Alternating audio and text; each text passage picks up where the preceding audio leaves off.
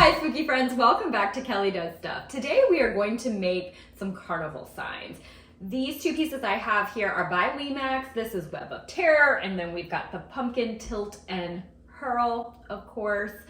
I have, I think like 13 or 14 carnival pieces in the carnival section of my display, both Spooky Town by Max and Apartment 56. I have no problem blending those two brands together. And for a while now, I have wanted to make signs for each of my rides that say, you must be this tall to ride this ride. And the signs would kind of like fit the theme of the ride. And then every year I get caught up in these like bigger projects and I don't make my signs. And so recently I was like, don't complicate it, just go so simple. Don't get any fancy materials, break out your favorite of all time, XPS foam, and use some materials that you have and just make some simple, amazing signs. So if you don't have these pieces or a carnival section, maybe there are a couple of tips or ideas that you might get that you could use for the types of signs that you do want to make. So let's get creating. Okay, let's start with our spidery Ferris wheel for our first sign. You want to grab a scrap piece of your XPS foam. Any size that works for you is great here. I tend to work in a bigger scale because smaller is just harder for me. So the proportions that I do might not be right for you. Also, you can do this any thickness that you want. This is going to be the base of our sign, and you can see, maybe you can see that we are going to make a spider web. I am going with a pretty thin base here. Again, total personal preference. Whatever you want is gonna be amazing. Next, we have to cut it out. I'm going to use an X-Acto knife for this. If you have a hot wire tool and you're really skilled with that, you could use it. If you use a blade, it's really important that your blade is really sharp. That way it will actually cut through the styrofoam, go through it very easily instead of kind of tearing it. Unfortunately, my blade wasn't so sharp and I could not find any replacement blades, and I was way too impatient to go to the store, so I just kind of went with it.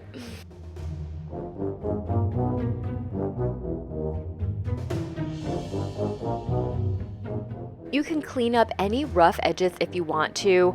I did not do a lot with this since my blade was not very sharp. I knew I would probably just start tearing the styrofoam and making it worse.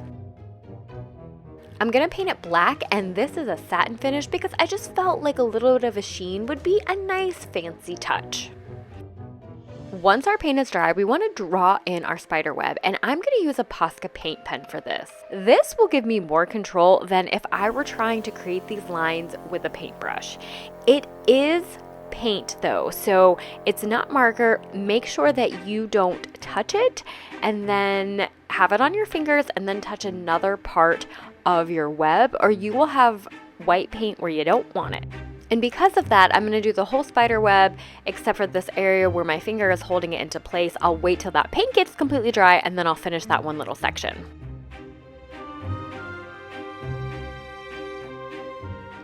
If you feel like you need to saturate your paint a little bit more, if it's drying a little translucent, wait until it completely dries and then just go in with another layer.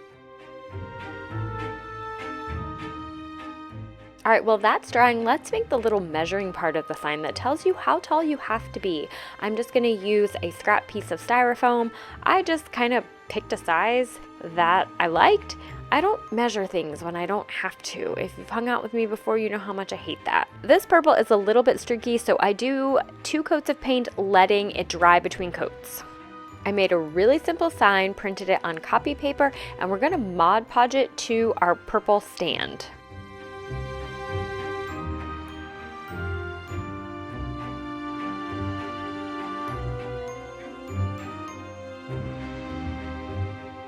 And I'm going to go with a Posca pen again, this time black, to make the lines on our sign.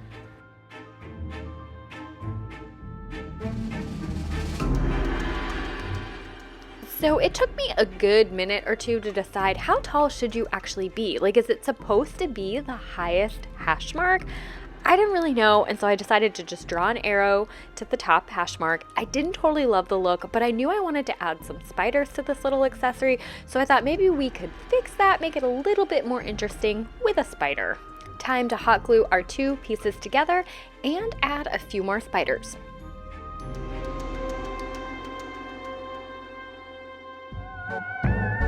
Okay, let's move on to the sign for our pumpkin ride. I'm attempting to draw some pumpkins here, and I'm doing it on this paper because I had a feeling that if I went straight to the foam, I would mess it up several times and waste a lot of foam, because once you press into that foam, if you're not familiar, it does leave that impression behind. So I could still use that foam for other purposes, but I wouldn't be able to keep drawing on it. And here we go again. Grab a really sharp blade. Things with curves sometimes tend to be harder, but if you've got a sharp blade, your styrofoam won't fight you so much.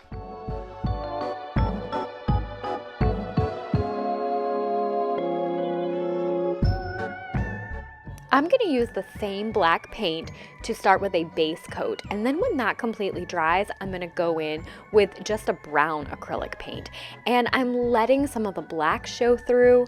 And then when we go on top with our orange spice color, I want some of that brown to show through. I didn't do any sort of texturing to these pumpkins, so allowing some of these colors to show through is kind of like a cheating way to add some lines and details in creating your pumpkin, because I'm not super artistic when it comes to painting, so any little help I can get from the materials themselves, I will take. When the orange was completely dry, I went in with a brown Posca pen to start adding some details, and this was the first time I'd used this pen, and this brown was much lighter than I was anticipating.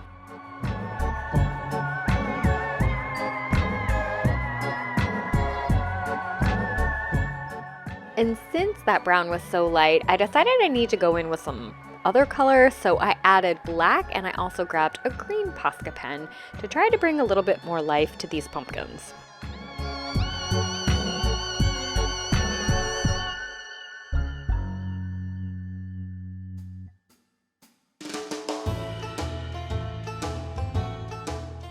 I'm adding an orange Posca pen now because I didn't really know what I was doing. I'm just kind of playing around and experimenting with stuff, and I just want to encourage you to do that as well. So much of learning how to do stuff is just from the experience of actually doing it. So I hope that you just have a blast as you're creating things. And here we go again with another color. This is a lighter orange because why not? That'll be fine. It's fine. Okay, I actually kind of like it, but we have got to put these pumpkins on some kind of base. So I'm going to grab some more scrap XPS foam. You can have this any thickness that you want. I'm going with thin again because it's easier to cut, and I'm just kind of free forming a shape here.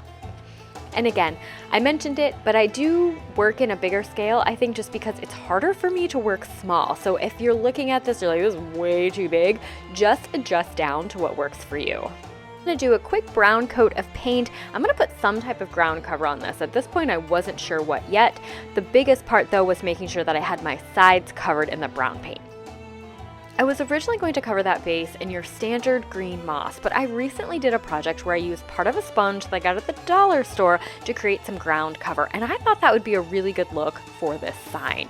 So I am painting it first with a Spanish olive color. I'm going to paint in both directions of the little fringy thing of the sponge, whatever that is called. And I'm not going to super saturate it because you still want it to have some flexibility and be able to stand up when it is dry.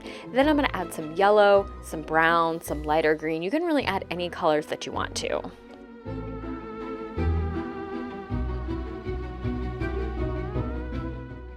When the sponge is dry, I'm going to hot glue it to the base, and then I'm just going to cut away any excess.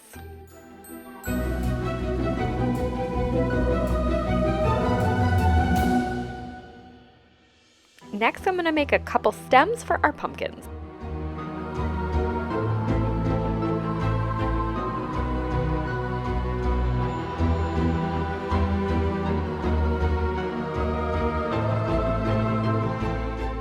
I painted a couple pieces of scrap styrofoam brown, and I'm going to hot glue those to the back of the pumpkins at an angle to create kind of like a little brace or support for those pumpkins on the base. I will hot glue the bottom of the pumpkins and then the bottom of those little bracing brackety things. These are just going to give it a little bit extra support. And let's add our stems.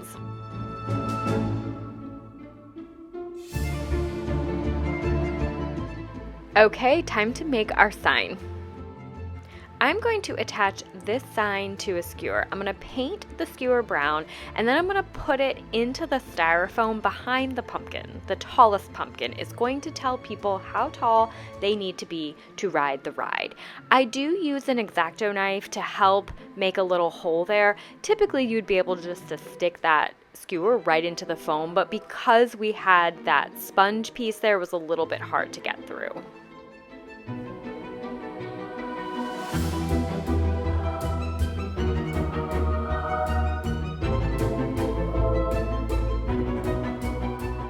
Stem was blocking some of the words, so I just pulled it off, made it a little bit smaller, and reattached it. And that's it, spooky friends. We are done. Let's see what these signs look like next to our rides and with our little figurines. And unfortunately for them, it looks like they're both too small to ride these rides. That is just tragic. These two little figurines are actually part of a pack of 3 that is by Limax, and they're actually in stores right now at Michael's. Hopefully they're still in stores. I know that things are flying off the shelves. Thank you all so much for watching. I hope that you found some things that were helpful, maybe for some types of signs that you want to make yourself. If you have any carnival pieces that you want to see an idea for a sign for, let me know.